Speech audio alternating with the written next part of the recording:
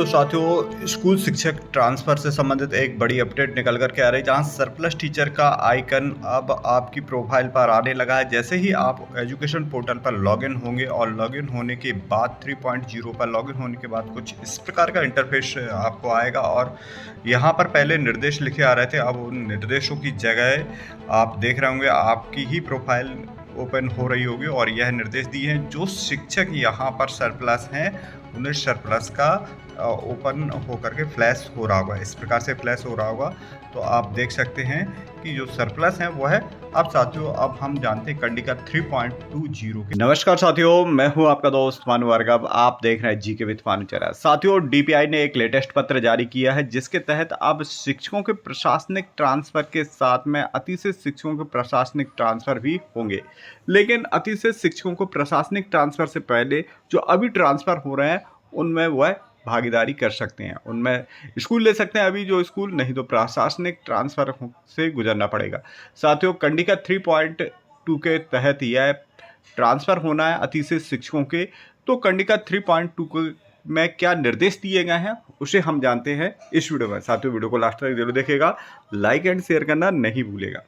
साथियों जैसे कि यहाँ पर हम देख रहे हैं अतिशय शिक्षकों का चिन्हांकन एवं स्थानांतरण कंडिका 3.2 के अकॉर्डिंग है। इसमें पहला नियम दिया है उपयुक्त कंडिका 2.110, 2.111 और 2.12 में वर्णित मापदंडों के आधार पर विभिन्न शैक्षणिक संस्थाओं में संख्या एवं विषयमान से जैसी भी स्थिति हो अतिशय शिक्षकों का चिन्हांकन किया जाएगा। संस्था विशेष में कार्यरत अतिशय शिक्षक एजुकेशन पोर्टल पर दर्शित होंगे। तो साथियों एजुकेशन पोर्टल पर दर्शित भी होने लगे हैं। अब कौन से शिक्षक अतिशय माने जाएंगे इसे देखते हैं।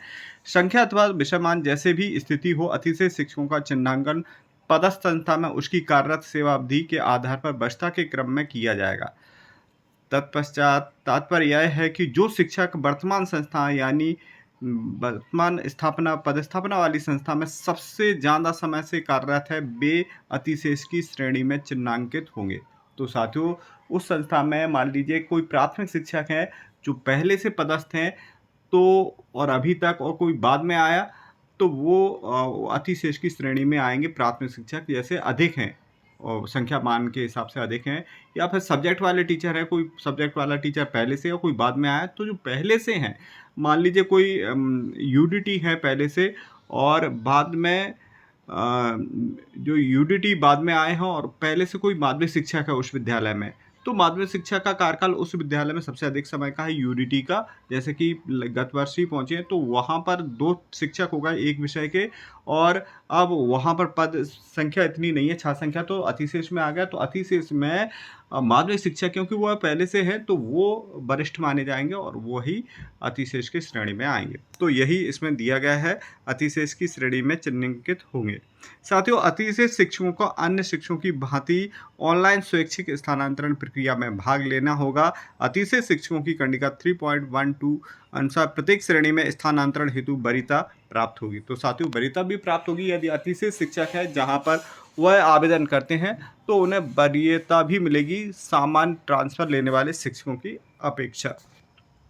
साथियों यहाँ पर हम देखते हैं ऐसे शिक्षक जिनकी सेवानिवृत्ति में 1 वर्ष से कम समय का शेष है, साथ में 40% या उससे अधिक निःशक्तता है, गंभीर बीमारी से ग्रसित हैं को अतिशेष मानकर स्थानांतरित नहीं किया जाएगा। ऐसी स्थिति में कंडिका 3.22 के अनुसार अगले क्रम में उपस्थित वरिष्ठ शिक्षक का स्थानांतरण किया जाएगा। तो साथियों अतिशेष शिक्षक में 3 प्रकार से राहत दी गई है कि वह या तो बीमार हो, 40% से अधिक विकलांग हो, या फिर जिनका 1 वर्ष रिटायरमेंट का है तो वो अतिशेष नहीं कहलाएंगे, फिर जूनियर ही अतिशेष हो जाएगा।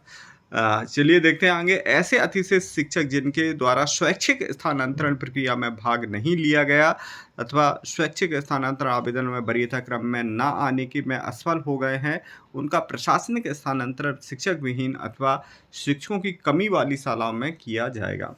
तो साथियों आवेदन जरूर कीजिएगा, नहीं तो प्रशासनिक ट्रांसफर भी हो जाएगा। प्रतिबंध अवधि में आवश्यकता अनुसार समय समय पर अतिशय शिक्षकों के प्रशासनिक आधार पर स्थानांतरण शिक्षकों की कमी वाली संस्थाओं में किए जाएंगे। अध्यापक, शिक्षाकर्मी, श्रमदार शिक्षक, गुरुजी जैसे भी स्थिति हो यदि उनकी नवीन संवर्ग में नियुक्ति नहीं हुई है तो उन्हें अतिशेष घोषित अन्यंत्र पदस्थ नहीं किया जा सकेगा, क्योंकि ऐसे लोक सेवकों को नियुक्ति संस्था में विशेष के लिए की गई है। तो ये शिक्षक भी बच जाएंगे अतिशेष शिक्षकों से,